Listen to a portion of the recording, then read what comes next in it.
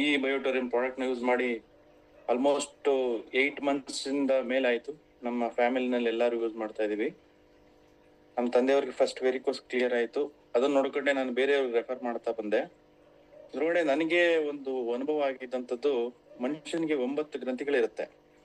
9 ಗ್ರಂಥಿಗಳಲ್ಲಿ pineal gland, that means ನಮ್ಮ ಮೆದುಳಿಗೆ ಸಂಬಂಧಪಟ್ಟಂತ ಒಂದು ಗ್ಲ್ಯಾಂಡ್ ಏನಿರುತ್ತಲ್ಲ, ಯಾರಿಗೆ ಬುದ್ಧಿಮಾಂದ್ರಿರ್ತಾರೆ ಅಂತ ಮಕ್ಕಳಿಗೆ ಇದು ತುಂಬಾ ಪರಿಣಾಮಕಾರಿಯಾಗಿ ಕೆಲಸ ಮಾಡುತ್ತೆ ಅಂತ ಗೊತ್ತಾಯ್ತು.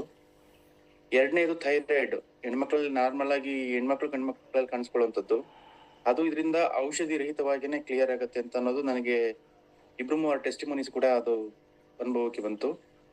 ನೆಕ್ಸ್ಟ್ ಪುರುಷ ಗ್ರಂಥಿ, ಸ್ತ್ರೀ ಗ್ರಂಥಿ ಮತ್ತೆ ಪ್ಯಾಂಕ್ರಿಯಾಸ್ ಗ್ರಂಥಿ, ಇದಕ್ಕೂ ಕೂಡ ಕೆಲಸ ಮಾಡಿದೆ. ಈಗೇನ್ BP ಶುಗರ್ ಎಲ್ಲದು ಬರುತ್ತೆ ಅಂತ ಹೇಳ್ತಾರಲ್ವಾ, ಈಗ ನನ್ನ ಟೆಸ್ಟಿಮೋನಿಗಿಂತ ಮುಂಚೆ ಒಬ್ರು ಹೇಳಿದ್ರು. ಹಾಗೆ ನಮ್ಮ ಇನ್ಸುಲಿನ್ ಪ್ರಮಾಣ ಏನು ಉತ್ಪಾದನೆ ಮಾಡುವಂತ ಪ್ಯಾಂಕ್ರಿಯಾಸ್ ಗ್ರಂಥಿ ನಮ್ಮಲ್ಲಿ ಕ್ಷಮತೆಯನ್ನ ಕಳ್ಕೊಳ್ಳುತ್ತೆ.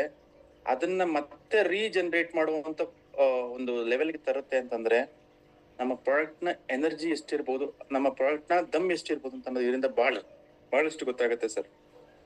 ಮತ್ತೆ ಮಕ್ಕಳಾಗದಲ್ಲೇ ಇರೋರಿಗೆ ಅವರ ಕ್ಷಮತೆಯನ್ನ ಅವರಲ್ಲಿ ಗೊತ್ತಿಲ್ಲ ನನಗೆ ಮೆಡಿಕಲಿ ಏನಿದಿರುತ್ತೆ ಅಂತ, ಬಟ್ ಅದನ್ನು ಕೂಡ ಸರಿಪಡಿಸುತ್ತೆ ಅಂತ ಅನ್ನೋದು ನನಗೆ ಬಹಳಷ್ಟು ಕೆಲವೊಂದು ಇದ್ರೊಳಗಡೆ ಗೊತ್ತಾಯ್ತು. ನಮ್ಮ ಏನು ಈ ಬಾರಿ 3 ಇರ್ಬೋದು. ಇದರಿಂದ ನಾನು ಕೊಟ್ಟಂತ ರಿಸಲ್ಟ್ ಅಲ್ಲಿ ಕೆಲವೊಬ್ರಿಗೆ ಈ ಕಿಡ್ನಿ ಡಯಾಲಿಸಿಸ್ ಹೋಗ್ತಂತ ಒಬ್ಬ ಪೇಷಂಟು ಜೀವನನೇ ಬೇಡ ಅಂತ ಅನ್ಕೊಂಡಿದ್ದಂಥವ್ರು 10ನೇ ಕ್ಲಾಸ್ ಅಲ್ಲಿ ಓದ್ತಾ ಇದ್ದಂತ ಮಗನಿಗೆ ಮದುವೆ ಮಾಡಕ್ಕೆ ಅಂತ ಹೊರಟಿದ್ರು. ಯಾಕೆಂದ್ರೆ ನನ್ನಲ್ಲಿ ಯಾವಾಗ ನಾನು ಸಾಯ್ತೀನಿ ಅಂತ ಗೊತ್ತಿಲ್ಲ, ಹಾಗಾಗಿ ನನ್ನ ಕಣ್ಮುಂದೆನೆ ನನ್ನ ಮಗನ ಮದುವೆ ನೋಡ್ಬಿಟ್ಟು ನಾನು ಸಾಯೋಣ ಅಂತ ಹೇಳ್ಬಿಟ್ಟು ತುಂಬಾ ಜೀವನದಲ್ಲಿ ಸೋತಿದಂತ ವ್ಯಕ್ತಿ ಮಾನಸಿಕವಾಗಿ.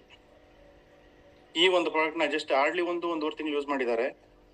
ಇವತ್ತು ಅವರು ಇವನ್ ನಮ್ಮ ಪ್ರಾಡಕ್ಟ್ ಅವೇರ್ನೆಸ್ ಟೈಮಲ್ಲಿ ಕೂಡ ಬಂದು ಹೇಳಿದ್ರು, ಅವ್ರು ಇರುವಂತ ಶಕ್ತಿ ಅಥವಾ ಅವ್ರಿಗೆ ಮಾತಾಡುವಂತ ರೀತಿ ಇದೆಯಲ್ವಾ ಸರ್, ನಾವು ನಮ್ಮ ಜೀವನದಲ್ಲಿ ಎಷ್ಟೋ ಗೆದ್ದಿದ್ದೀವಿ ಅನ್ನೋದಷ್ಟು ಅನುಭವ ನಮಗೆ ತಂದ್ಕೊಡುತ್ತೆ. ನಮ್ಮ ಜೀವನದಲ್ಲಿ ನಾವು ಇನ್ನೊಬ್ರಿಗೆ ಒಳ್ಳೇದು ಏನ್ ಮಾಡಬಹುದು ಅಂತ ಅನ್ನೋದಕ್ಕೆ ನಮ್ಗಿನ್ನ ಜಾಸ್ತಿ ಉತ್ತೇಜನ ತಂದ್ಕೊಡುತ್ತೆ.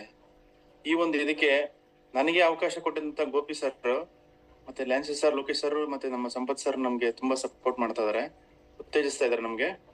ಬಟ್ ನಮ್ಗೆ ಏನೇ ಗೊತ್ತಿಲ್ಲ ಅಂತ ಅಂದ್ರೂ ಕೂಡ ಅದ್ರೊಳಗಡೆ ತಿಳುವಳಿಕೆ ಹೇಳ್ತಾ ನಮ್ಮನ್ನ ಈವೆಲ್ ಲೆವೆಲ್ಗೆ ತಂದಿದ್ದಾರೆ.